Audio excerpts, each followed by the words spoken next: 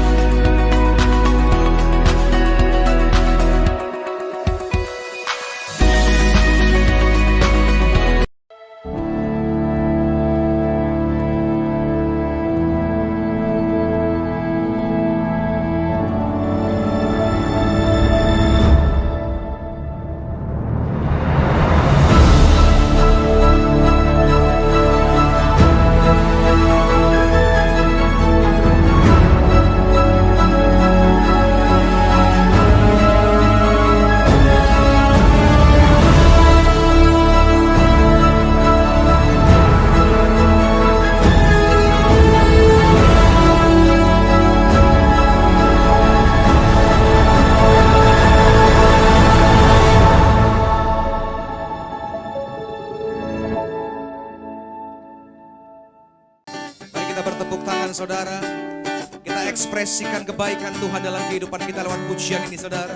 Dimanapun saudara, mari kita memuji Tuhan kita. Haleluya.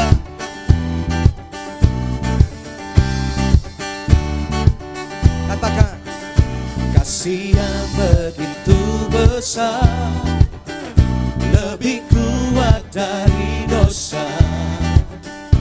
Kasih yang menemukanku, katakan selamatkan, selamatkan dan pulihkanku. Angkat suaramu, ku naikkan syukurku. Ku tak akan berhenti memuji, meninggikan namamu selalu, menari, memuliakanmu. Dibebaskan, dibangkitkan, hidup yang kau berikan ini hanya untukmu.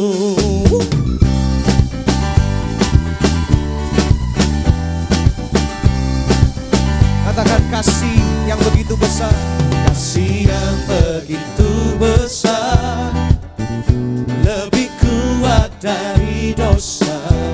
kasih yang menemukanku, selamatkan dan pulihkan. Mari naikkan syukur kita. Ku naikkan syukurku, ku tak akan berhenti memuji, meninggikan namamu selalu, menaik, memuliakanmu, dibebaskan, dibangkitkan, hidup yang kau berikan.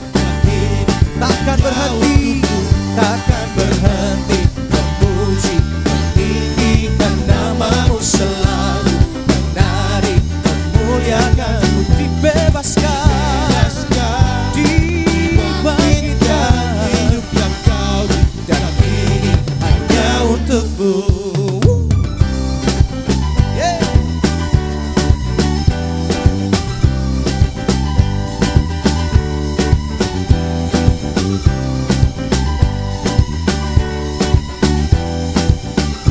Mari nyanyikan dengan keras saudara. Ku naikkan syukur, ku naikkan syukurku.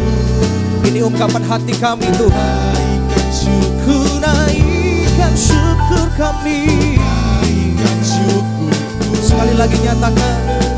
Ku naikkan syukurku, ku tak akan berhenti memuji, ini janji kami di hadapan-Mu Tuhan. Selalu menari, memuliakanmu, dibebaskan, dibangkitkan, hidup yang kau berikan.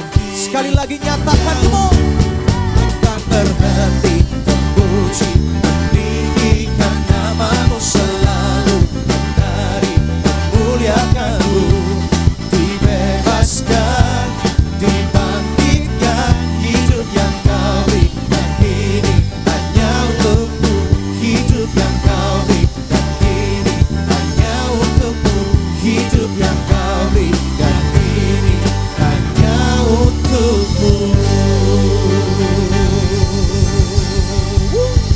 Yeah, haleluya.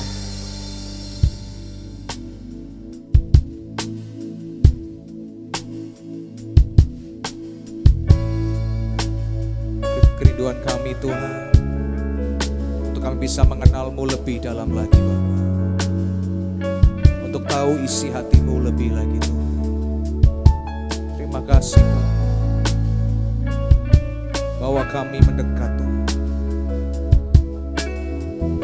Terima kasih Roh Kudus. Terima kasih. Bila ku buka mataku dan lihat wajah-Mu, ku terkagum. Bila ku lihat hidupku dan karya tangan-Mu, ku tersanjung karena semua yang baik dalam hidupku, itulah karya-Mu. Kau beri kesempatan yang baru, dan ku ingin mengenal-Mu Tuhan lebih dalam dari semua yang ku kenal. Tiada kasih yang melebihi-Mu, ku ada untuk menjadi penyembah-Mu. Terima kasih Tuhan. Mari sama-sama nyanyikan pujian ini, katakan. Bila ku buka mataku dan lihat wajah, membuat kami terkagum Tuhan. Ku terkagum bila ku lihat hidup dan karya tangan-Mu, ku tersanjung karena semua yang baik dalam hidupku, itulah karyamu. Kau beri kesempatan yang baru, mari angkat suaramu nyatakan. Dan ku ingin mengenalmu Tuhan, lebih dalam dari semua yang ku kenal.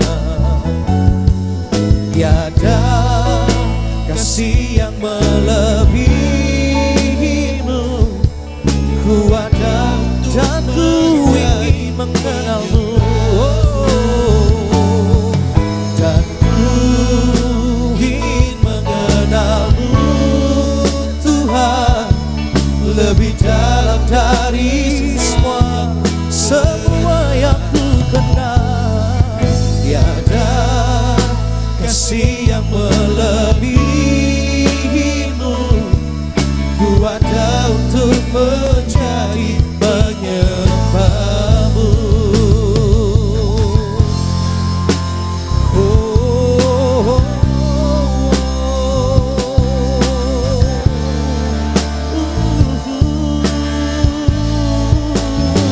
Terima kasih Tuhan. Ini kerinduan kami Tuhan, mengenalmu lebih dalam lagi. Jadikan kami penyembahmu Tuhan.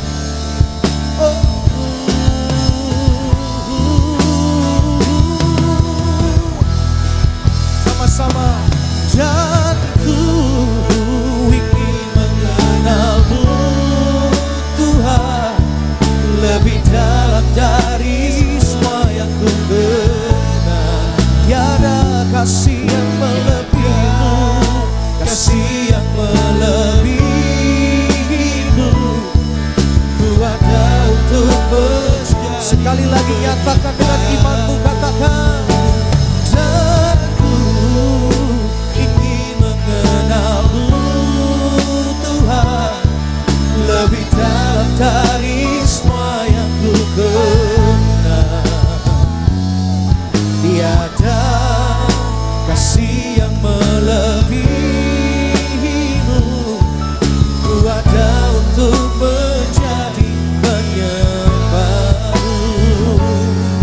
Ku ada untuk menjadi, ku ada untuk menjadi, ku ada untuk menjadi penyembahmu. Kami ada untuk menjadi penyembahmu.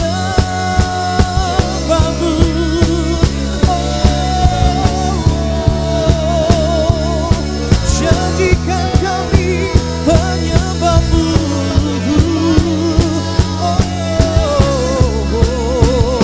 Thank you Jesus. Ini hidup kami Tuhan. Jadikan kami penyembahmu Tuhan.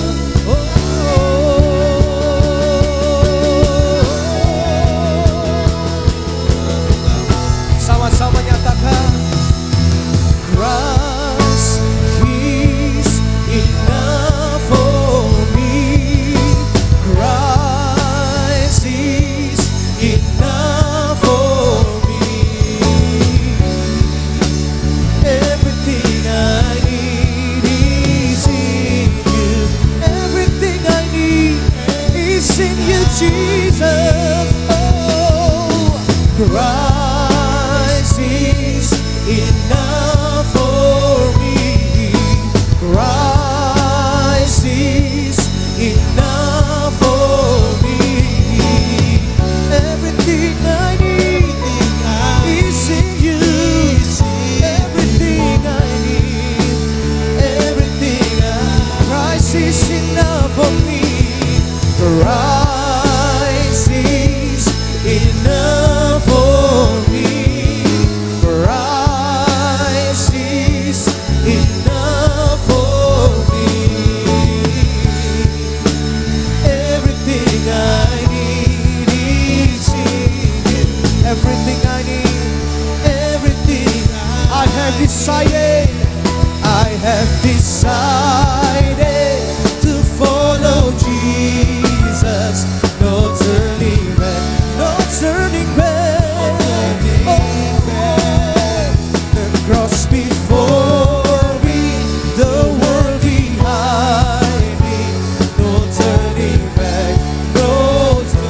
more time. I have decided. I have decided to follow Jesus. No turning back. No turning back. No turning back. The cross before me, the world behind me. No turning back. No turning back.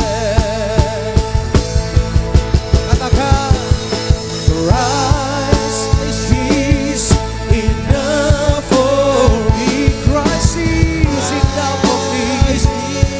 Thank you, Jesus. Everything I need is in you.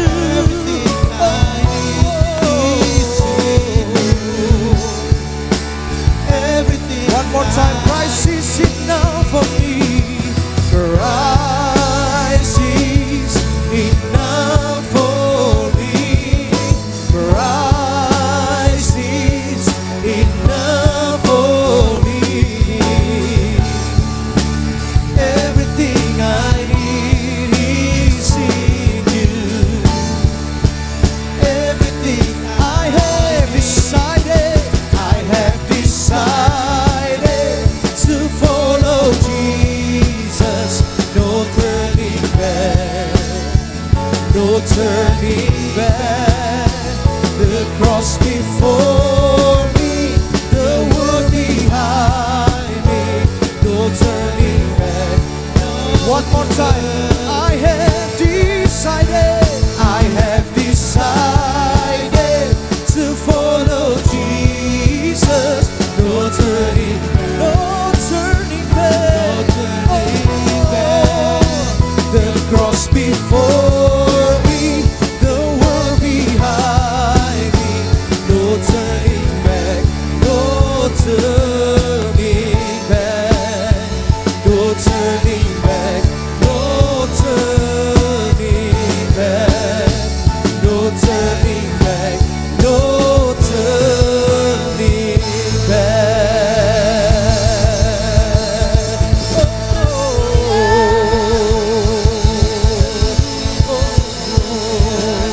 Thank you, Jesus.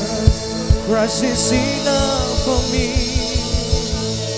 Engkau saja yang kami perlukan dalam kehidupan kami, Tuhan. Sungguh hanya Engkau yang kami butuhkan dalam kehidupan kami, Bapa. Engkau menjadi jawaban bagi kehidupan setiap kami. Terima kasih Tuhan. Sebentar anak-anakmu Tuhan, jemaat GBI HOJ Tuhan akan mendengarkan isi hatimu lewat hambamu Tuhan. Pakai kehidupan hambamu untuk jadi berkat buat setiap kami. Sampaikan isi hatimu, apa yang kau rindukan buat setiap kami, Bapa. Hanya di dalam nama Tuhan Yesus kami siap untuk mendengarkan isi hatimu. Haleluya. Amin. Shalom Bapak Ibu, ada sukacita di tempat saudara pada hari ini saat beribadah bersama-sama secara online. Saya berdoa sukacita Tuhan terus berlimpah dalam setiap kita. Apapun kondisi kita, tetap percaya saudara, masa ini akan lewat dan Tuhan tetap menyertai kita semua. Yang percaya katakan amin. Bapak Ibu, hari ini saya mau melanjutkan topik kita minggu lalu, menerima dari Allah, bagian yang kedua. Minggu lalu kita membahas menerima dari Allah ada dua cara, yaitu mujizat dan berkat. Mujizat hanya bersifat sementara saja, mujizat tidak seberkelimpahan berkat, mujizat terjadi pada saat kritis. Saudara, itu kita dapat lihat pada saat bangsa Israel muter-muter di padang gurun dalam Keluaran. Bagaimana krisis yang terjadi, kritis yang terjadi, kekeringan yang terjadi karena ada di padang gurun, sampai akhirnya Tuhan memberikan banyak mujizat terjadi untuk bangsa Israel. Tetapi memasuki tanah perjanjian, sejak mereka memasuki tanah perjanjian, mereka tidak lagi hidup di bawah mujizat. Mereka hidup di dalam berkat yang Tuhan sediakan melalui apa saudara? Melalui tanah perjanjian yang sudah mereka duduki. Nah saudara, begitu juga dalam kehidupan kita. Saya sekali lagi menggarisbawahi bukan tidak percaya mujizat. Saudara yang masih ada di dalam krisis atau di dalam kritis situasi yang genting hari ini, dan saudara berdoa untuk mujizat, silakan saudara berdoa dan percayalah bahwa mujizat masih bisa terjadi. Tetapi saya mau ajak saudara untuk duduk lebih jauh lagi. Kenapa saudara? Karena pada saat saudara duduk di dalam berkat Tuhan, saudara menangkap, mengerti tentang berkat Tuhan, saya adalah orang yang diberkati. Saudara, dengan cara-cara yang alamiah, Tuhan Allah kita dapat memberkati setiap kehidupan saudara. Saudara, terkadang kita tidak menerima berkat Tuhan, mungkin cara kita memandang itu salah, saudara. Ada yang memandang berkat itu tentang benda. Sekali lagi, bahwa berkat yang kita bicarakan bukanlah berbicara tentang benda jasmani.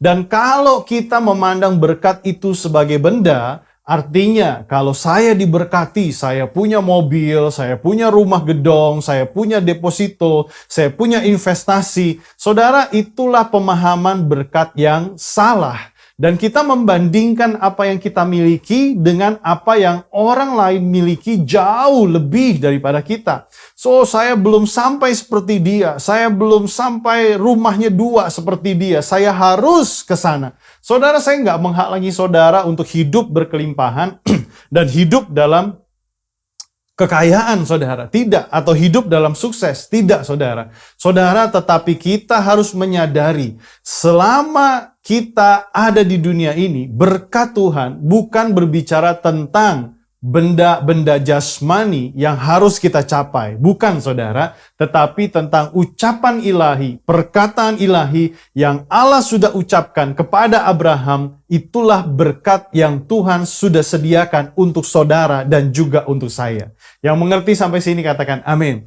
Hari ini kita akan membahas, saudara, poin berikutnya, yaitu berkat bersifat kekal. Saudara, berkat yang Allah ucapkan dari zaman Abraham pada saat dia berkata-kata, mengucapkan ucapan berkat untuk Abraham, saudara, itu sifatnya kekal, saudara. Sampai hari ini, saudara dan saya menerima berkat ucapan ilahi yang Allah perkatakan. Kita akan lihat di dalam Bilangan, saudara. Bilangan pasal yang ke-22 dan 23, di situ menceritakan tentang Balak dan Bileam. Saudara, Balak ini adalah Raja Moab. Dia begitu gemetar, ketakutan ketika mendengar bangsa Israel. Karena dia mendengar bangsa Israel ini punya kekuatan yang sangat luar biasa. Sehingga apa yang terjadi? Dia gemetar, saudara. Nah, di Bilangan 22 ayat 4 sampai yang ke-6, saya bacakan hanya ayat yang ke-6 untuk saudara. Dikatakan demikian, karena itu datanglah dan kutuk bangsa itu bagiku, sebab mereka lebih kuat daripadaku, mungkin aku sanggup mengalahkannya dan menghalaunya dari negeri ini. Sebab aku tahu siapa yang kau berkati, dia beroleh berkat, dan siapa yang kau kutuk, dia kena kutuk. Nah, saudara, Bileam disuruh oleh Balak untuk mengutuk bangsa Israel. Siapa tahu ketika Bileam mengucapkan kutuk, bangsa Israel menjadi lemah dan Balak dapat mengalahkan, saudara. Nah, saudara, situasi yang terjadi pada saat itu, ada 3 kali kesempatan yang Balak berikan kepada Bileam untuk mengutuk bangsa Israel. Tetapi yang terjadi, Bileam tidak dapat mengutuk bangsa Israel. Kenapa, saudara? Karena mulutnya selalu terbuka dengan perkataan yang Tuhan taruh di Bileam, saudara. Nah, saudara, apa yang terjadi? Akhirnya Balak menjadi marah. Kenapa kamu tidak mengutuk? Padahal aku suruh mengutuk, tapi engkau malah memberkati. Nah, saudara, di Bilangan 23 ayat yang ke-19 dikatakan demikian, Allah bukanlah manusia sehingga ia berdusta, bukan anak manusia sehingga ia menyesal. Masakan ia berfirman dan tidak melakukannya, atau berbicara dan tidak menepatinya? Ingat baik-baik, catat baik-baik ini. Ketahuilah, aku mendapat perintah untuk memberkati. Dan apabila dia memberkati, maka tidak dapat membalikannya. Nah, saudara, ayat 20 ingat baik-baik dan catat baik-baik. Ini penting buat kita semua. Pada saat saya mendengar pengajaran ini, saudara, saya sangat diberkati, saudara. Dikatakan di ayat ke-20, ketahuilah, aku mendapat perintah untuk memberkati. Dan apabila dia memberkati, maka tidak akan ada yang dapat membalikannya. Saudara, berkat Allah, ucapan yang Allah sudah perkatakan tidak dapat dibatalkan, saudara. Nah saudara, siapa yang dapat membatalkan? Yang dapat membatalkannya adalah kita sendiri, saudara. Kita sendiri yang membatalkan ucapan berkat, ucapan ilahi yang Allah sudah ucapkan, yang Allah sudah perkatakan. Nah, dalam kisah ini justru kita bisa melihat, saudara, apa yang terjadi. Yang terjadi peperangan antara satu orang yang berusaha untuk mengutuk berkat yang Tuhan sudah ucapkan, tetapi berkat ini tidak bisa diganggu-gugat. Nah saudara, inilah yang terjadi pada saat saudara sudah diberkati, saudara. Saudara, apapun yang terjadi, saudara, apapun yang terjadi, baik si iblis berusaha memakai orang untuk tidak memberkati saudara, saudara, itu tidak akan terjadi. Kenapa? Karena setiap perkataan yang diucapkan oleh Allah, setiap perkataan positif yang diucapkan dan tercatat dalam firman Allah, itu merupakan berkat yang tidak dapat dibatalkan. Yang percaya katakan amin. Bilangan 25 ayat yang pertama sampai yang ketiga. Sementara Israel tinggal di Sitim, mulailah bangsa itu berzina dengan perempuan-perempuan Moab. Perempuan-perempuan ini mengajak bangsa itu ke korban sembelihan bagi Allah mereka. Artinya bukan Allah Israel, tetapi Allah Moab, perempuan-perempuan Moab. Dan kemudian apa yang terjadi? Lalu bangsa itu turut makan dari korban itu dan menyembah Allah orang-orang itu, orang-orang Moab. Ketika Israel berpasangan dengan Baal Peor, bangkitlah murka Tuhan terhadap Israel. Saudara, apa yang terjadi di Bilangan 25? Ketika Bileam mengetahui bahwa perkataan berkat yang diucapkan oleh Allah tidak dapat dibatalkan, maka yang dibuat oleh Bileam, saudara, berusaha mendekatkan Allah perempuan-perempuan asing, perempuan-perempuan Moab ini, saudara, didekatkan kepada bangsa Israel, supaya apa? Supaya mereka berzina, beralih percayanya dari Allah Israel, tapi beralih kepada Allah-Allah perempuan asing orang Moab tersebut. Nah saudara, pada saat Baal Peor berpasangan dengan Allah Israel, apa yang terjadi, saudara? Bangkitlah murka Tuhan terhadap Israel. Nah saudara, dari ayat ini yang saya mau gambarkan dan memberitahukan buat kita semua, apa yang terjadi? Yang terjadi adalah berkat ilahi, perkataan, ucapan berkat yang diucapkan oleh Allah tidak dibatalkan, tidak dapat dibatalkan oleh siapapun, oleh apapun, dan oleh kapanpun. Tetapi yang membatalkan ucapan ilahi itu, perkataan Allah itu, berkat itu siapa, saudara? Adalah diri kita sendiri. Ketika kita tidak lagi percaya kepada Yesus, tetapi kita mulai meragukannya, dan kita melihat kepada Allah lain di dalam kehidupan kita. Yang percaya katakan amin.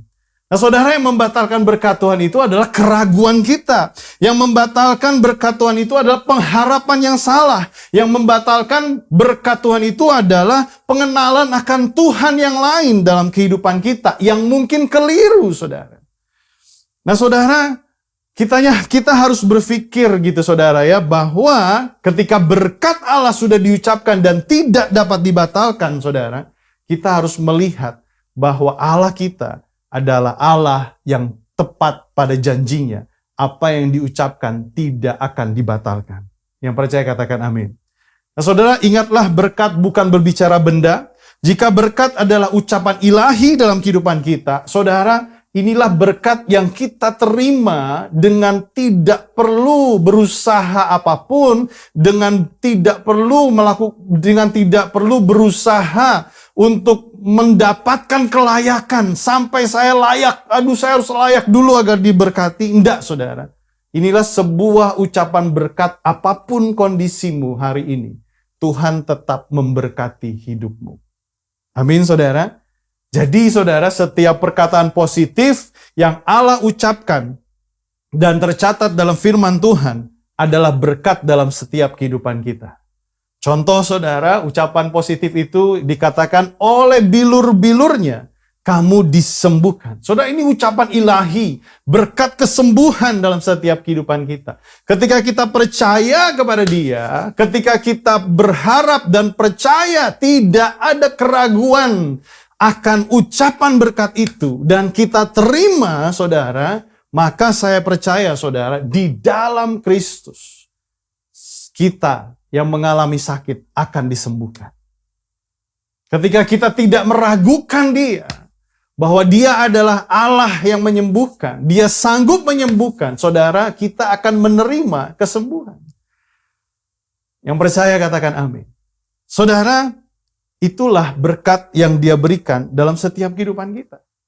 Salah satu contoh lagi ucapan berkat yang diucapkan Allah atas Abraham, di mana Dia akan memberkati Abraham. Dia akan memberkati orang yang memberkati Abraham. Nah, saudara lihat sampai hari ini, saudara dan saya merasakan berkat itu yang diucapkan oleh Allah kepada Abraham, itu terjadi dalam setiap kehidupan kita.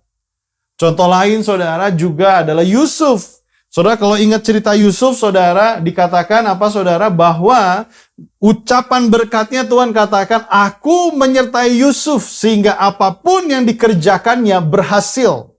Tuhan Allah menyertai Yusuf sehingga apapun yang dikerjakannya berhasil. Saudara, Yusuf bukan seorang yang enak hidupnya, tetapi dia mengalami krisis, dia ada di dalam kekeringan, dia ada dalam situasi genting, saudara, beberapa kali terjadi, dia dibuang ke Mesir, ke negeri asing, tinggal di rumah orang asing, terus kemudian masuk penjara, tetapi ingat baik-baik, ada perkataan berkat yang diucapkan oleh Allah bahwa Tuhan Allah menyertai Yusuf sehingga apapun yang dikerjakannya berhasil.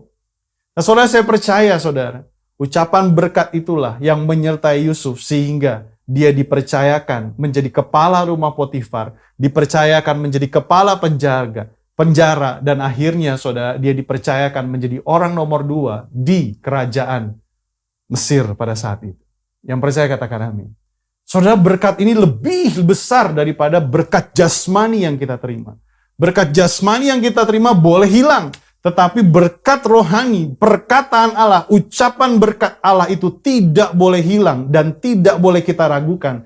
Karena disitulah letak berkat kita sesungguhnya. Amin, saudara. Nah, saudara, saya baca ilustrasi. Ada judulnya adalah ahli perubahan.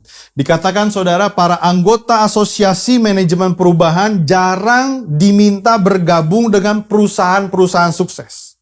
Sebaliknya, para profesional terampil tersebut diminta nasihat oleh banyak perusahaan yang tidak sehat untuk membantu usaha mereka agar tetap bertahan. Kebutuhan akan perubahan dramatis seperti itu terdapat juga dalam masyarakat kita.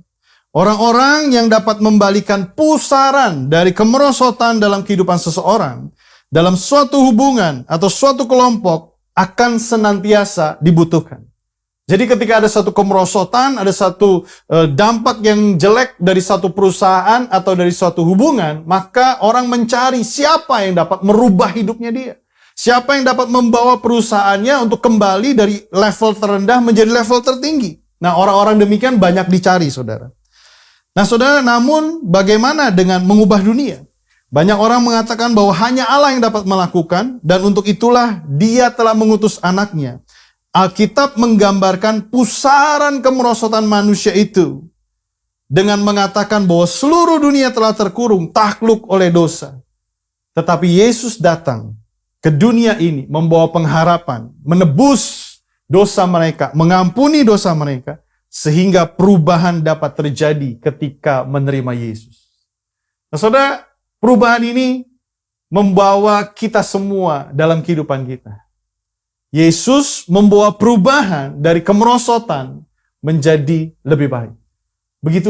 Begitu juga saat kita mengerti bahwa hidup saudara adalah orang-orang yang sudah diberkati di dalam Yesus. Dan berkataan berkat yang tercatat dalam firman Tuhan itulah yang membawa hidupmu dalam level yang terendah. Tetapi hidupmu telah diberkati sehingga ada perubahan. Karena Yesus merubah hidup kita menjadi lebih baik pada hari ini. Yang percaya katakan amin. Nah, saudara, poin yang kedua, saudara, berkat perjanjian baru. Nah, saudara, ada seorang pembicara juga mengangkat sebuah ilustrasi. Seorang ayah, anaknya, dan teman anaknya berlayar ke Samudra Pasifik. Namun ombak dan badai menyerang sehingga mereka terlempar ke laut. Karena hanya punya satu kali penyelamat, sang ayah harus menemukan siapa yang akan ia tolong. Anaknya adalah seorang pengikut Kristus. Sedangkan teman anaknya bukan. Akhirnya ia berteriak, Aku mengasihimu, anakku. Maka dia lemparkan talinya kepada teman anaknya. Saat itu juga anaknya menghilang di telan gelombang. Begitu besar pula kasih Allah, sehingga apa saudara? Dia melakukan hal yang sama untuk saudara dan saya. Usai kebaktian, dua remaja menghampiri si pembicara. Saya pikir kurang realistis. Kalau ayah itu mengorbankan anaknya sendiri dan berharap dan menyelamatkan teman anaknya untuk ikut Tuhan atau untuk percaya kepada Kristus. Terus si pembicara jawab, benar sekali jawabanmu.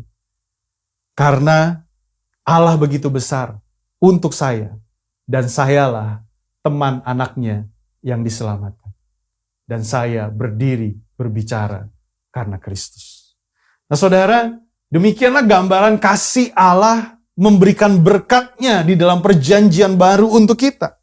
Allah menunjukkan kasih-Nya kepada kita. Dalam hal ini, saudara, kita dapat melihat bahwa Kristus mati untuk kita selagi kita ada dalam dosa, dan Dia memberikan hidupnya di atas kayu salib untuk saudara dan saya. Nah, saudara, di dalam Galatia 3 ayat yang ke-11 juga tercatat bahwa tidak ada orang yang dibenarkan di hadapan Allah karena melakukan hukum Taurat, dan jelas orang yang benar akan hidup oleh iman. Saudara, berkat perjanjian baru yang diberikan untuk saudara, itu adalah di dalam iman kepada siapa saudara? Kepada Yesus Kristus.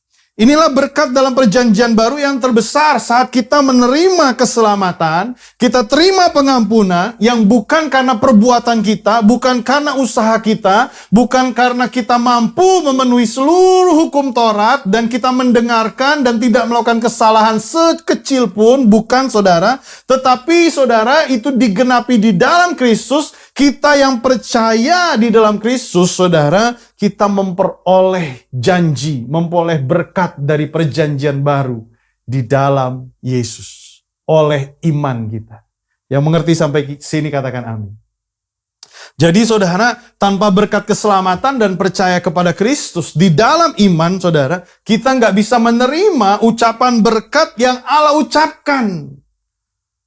Kita dapat menerima ucapan berkat, kita dapat menerima berkat perkataan ilahi yang Allah ucapkan dalam firman-Nya, saudara, ketika kita hidup percaya di dalam Kristus, bahwa Kristuslah keselamatanku, Kristuslah yang mengampuni dosa-dosaku, dan Kristuslah yang melakukan perubahan dalam setiap kehidupanku.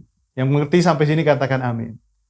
Jadi, saudara, ucapan positif, ucapan perkataan berkat yang Allah ucapkan di dalam firman-Nya, itu digenapi di dalam karya Kristus, yaitu kayu salib. Amin. Nah saudara, Ulangan 28. Ulangan 28 ayat yang pertama sampai yang kedua saya bacakan untuk saudara.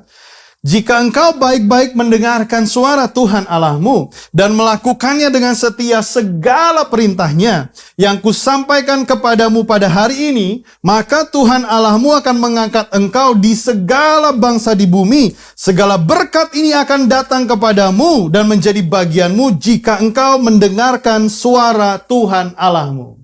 Saudara, kita senang banget ketika dengar ayat ini pasti saudara ya. Karena ayat ini berbicara tentang apa? Berbicara tentang berkat. Nah saudara, saya mau ajak kita untuk kita membaca ayat ini saudara di dalam suatu bacaan yang fokusnya baru hari ini. Saat kita membaca ayat ini saudara, kita harus perhatikan fokusnya adalah kepada karya Kristus di kayu salib.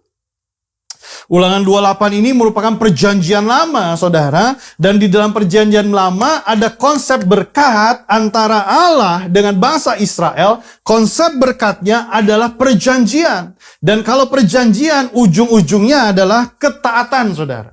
Jadi pada saat kita membaca dengan konsep perjanjian lama, apa yang terjadi? Yang terjadi kita nggak bakal mampu menerima berkat Tuhan. Karena apa?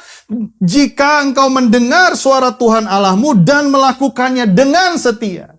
Saudara, siapa yang mampu untuk melakukan semua penggenapan hukum Taurat? Nggak bisa, saudara. Kita manusia yang jatuh dalam dosa. Kita udah melihat bangsa Israel pun gagal berkali-kali, saudara. Masuk ke perjanjian yang baru, gagal, dan gagal, saudara. Saudara, tetapi Allah juga tidak bisa, saudara, menganulir perjanjiannya. Kalau bangsa Israel gagal, maka hukuman terjadi. Ya begitulah Allah kita. Ya dan amin, saudara.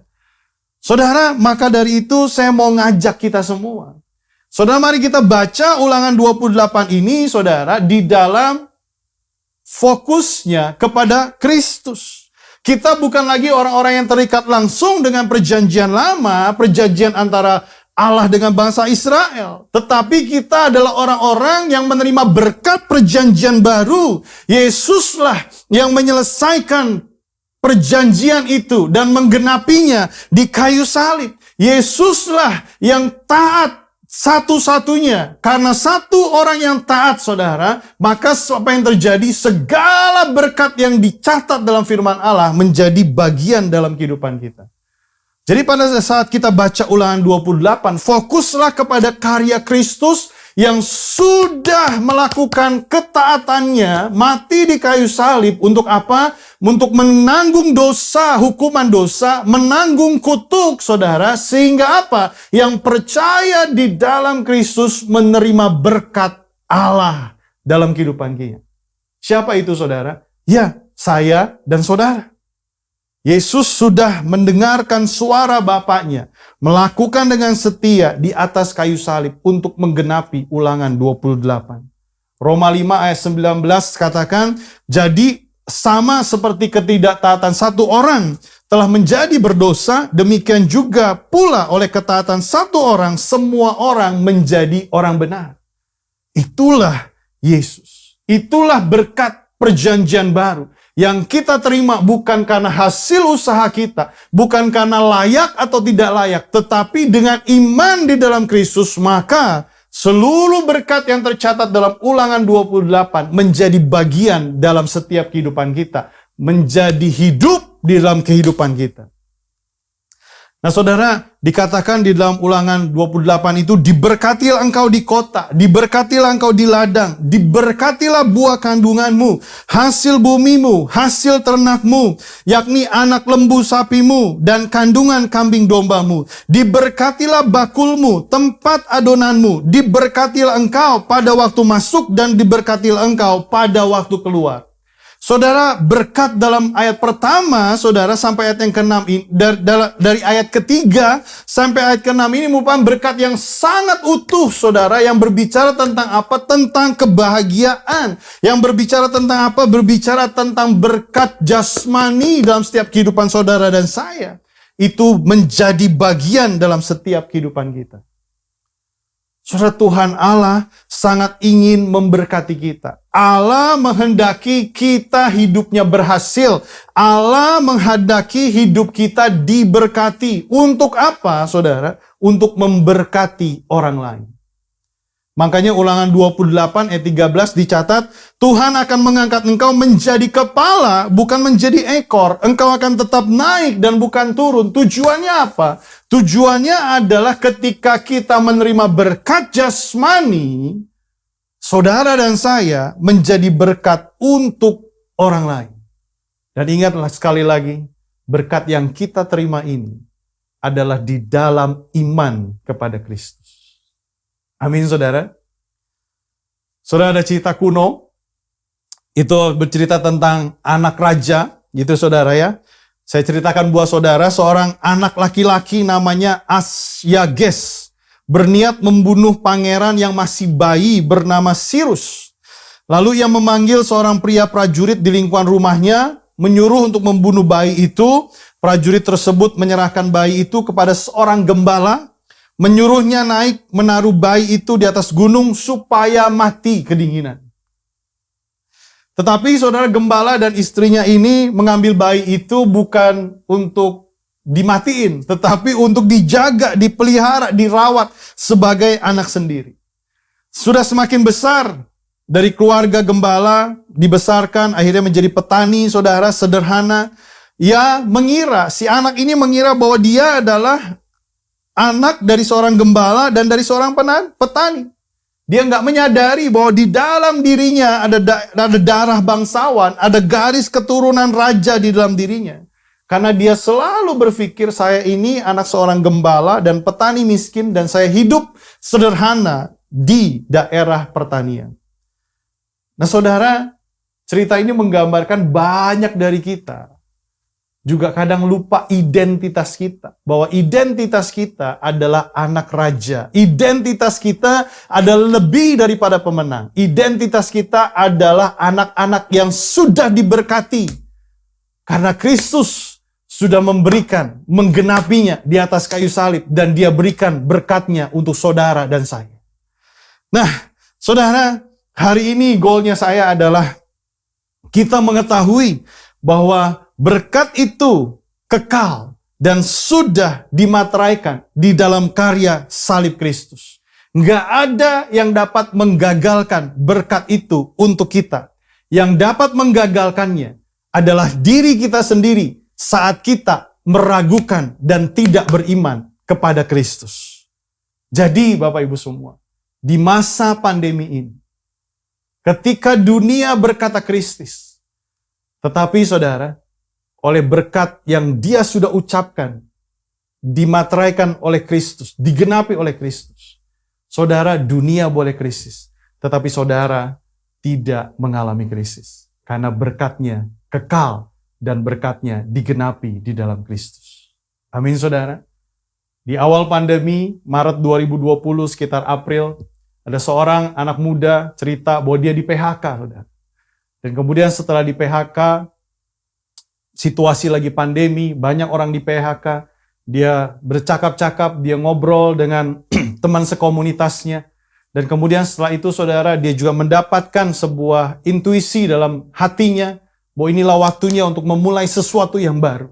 Nah, saudara, singkat ceritanya, dia jalankan itu saudara, dia mulai sesuatu yang baru, dan hari ini saudara, dia tetap ada, dia tetap mengalami berkat. Dia mulai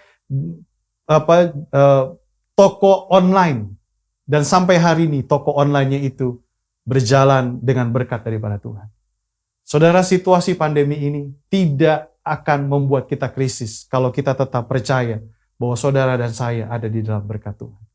Mari saudara, saya mau ajak saudara duduk dan alami berkat Tuhan. Perkatakan, saya diberkati, saya diberkati. Amin saudara. Tuhan memberkati kita semua. Mari sama-sama kita berdoa.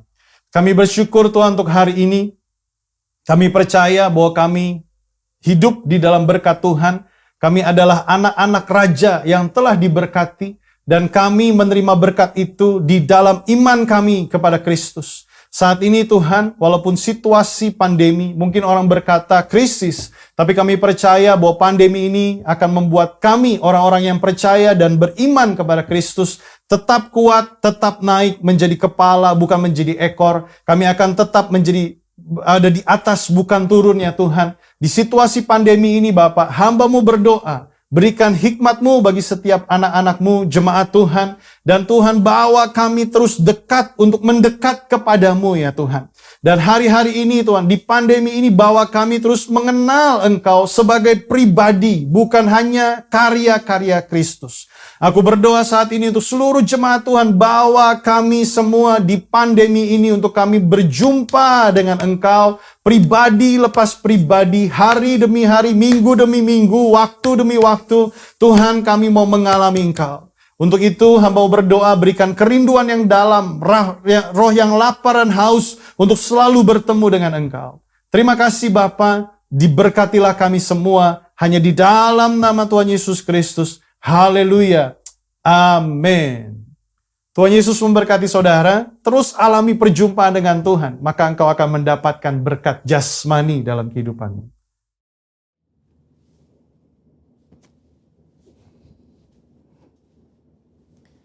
Shalom saudara, saya berdoa kita semua baik dalam lindungan Tuhan.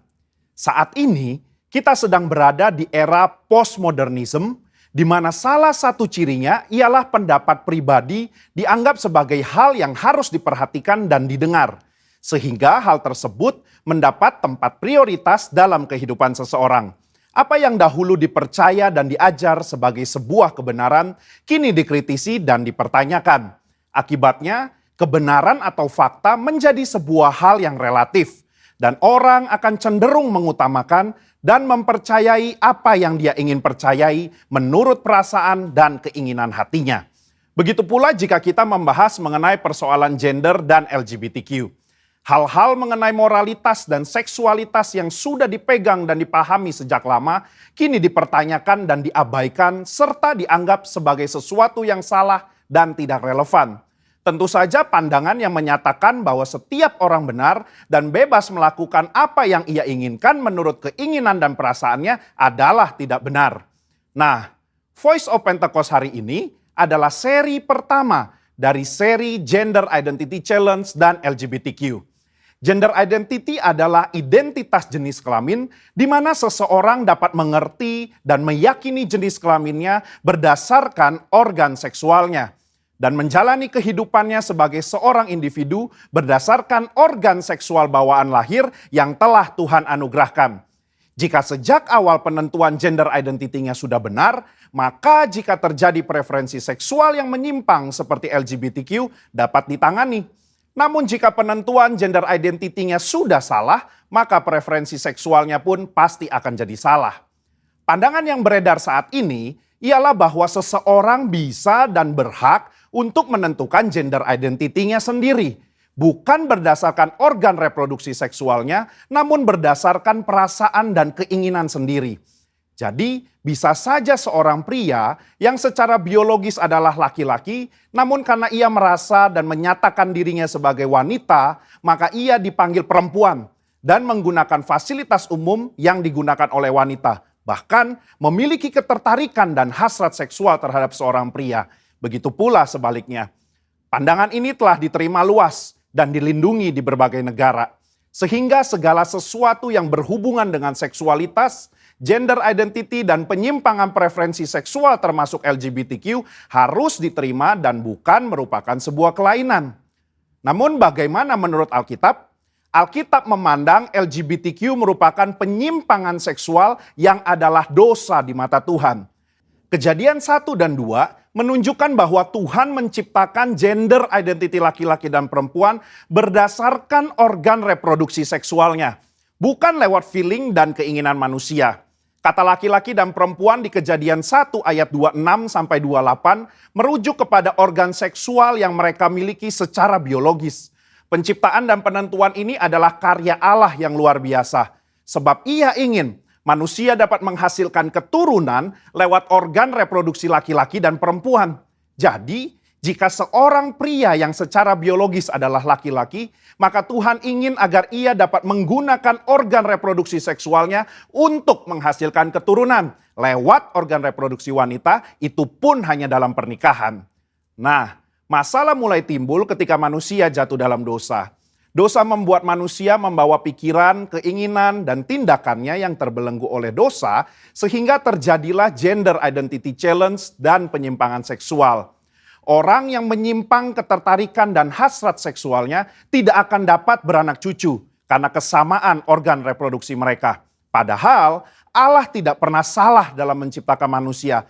Allah tidak menjadikan manusia mengalami krisis identitas seksual ataupun ketertarikan dan hasrat seksual yang menyimpang.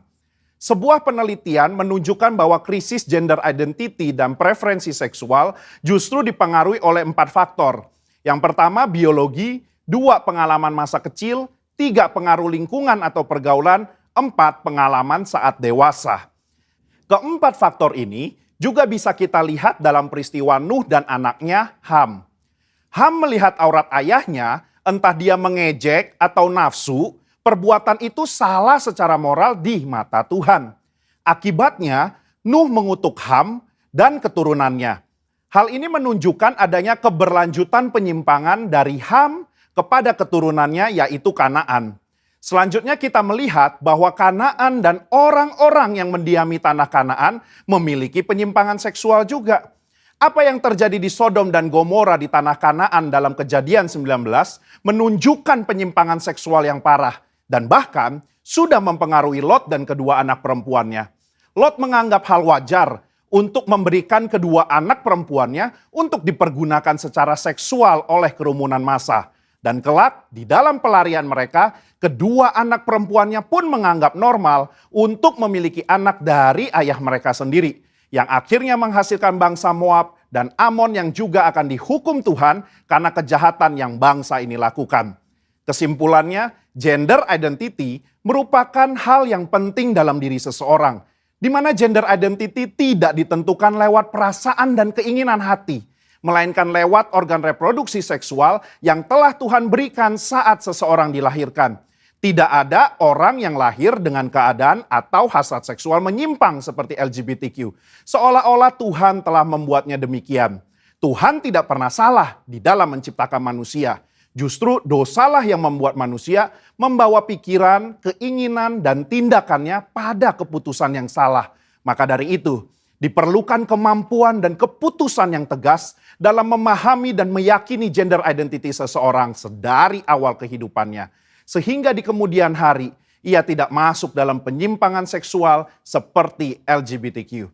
Saudara, untuk penjelasan lengkapnya dari tim teologi kami, silakan klik link yang ada di atas atau scan QR Code yang tersedia. Salam integritas, Tuhan Yesus memberkati.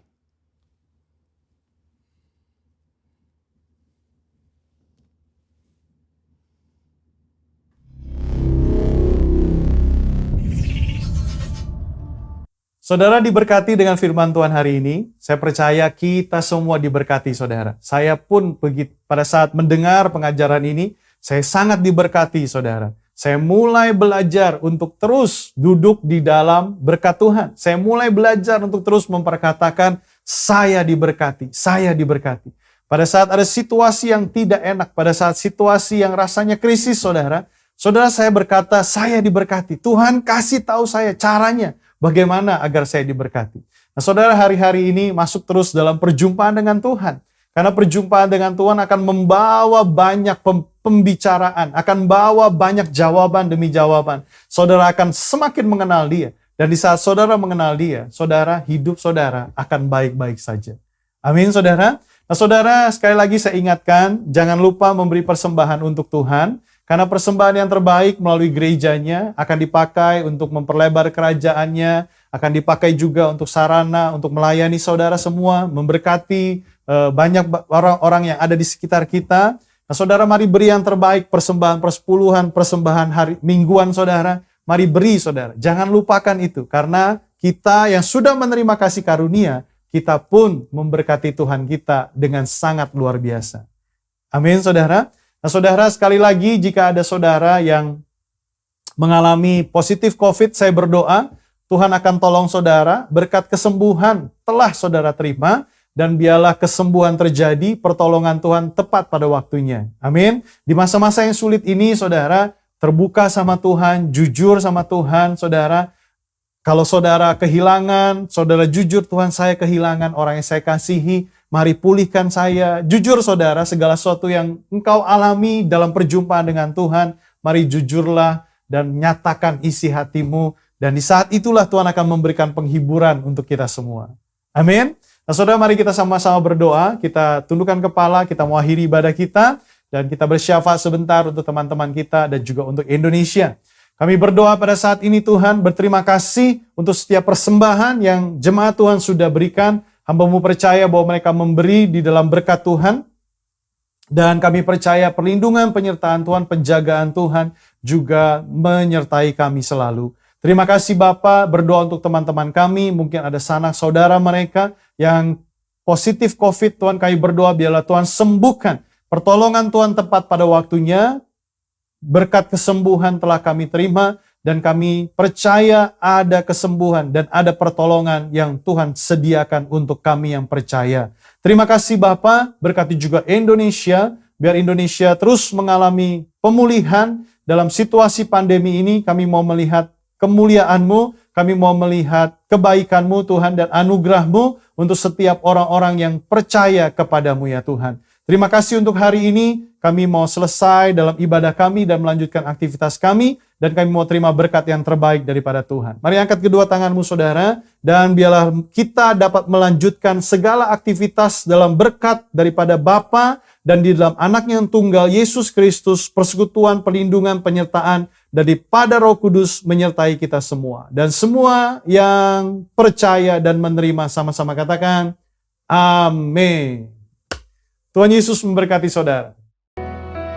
Apa yang dimaksud dengan Pentakosta ketiga? Pentakosta ketiga adalah pencurahan Roh Kudus yang dahsyat di zaman sekarang melebihi yang terjadi di Azusa Street.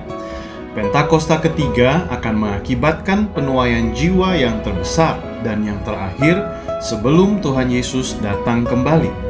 Pentakosta ketiga akan membangkitkan generasi Yeremia, yaitu anak-anak muda yang dipenuhi Roh Kudus, cinta mati-matian kepada Tuhan Yesus, tidak kompromi terhadap dosa, dan akan bergerak untuk memenangkan jiwa. Pentakosta ketiga lahir di Indonesia dan bergerak ke bangsa-bangsa. Gerakan ini dari timur ke barat dan akan kembali ke Yerusalem. Pentakosta ketiga akan memberikan kuasa untuk menyelesaikan amanat agung dan setelah itu Tuhan Yesus datang kembali.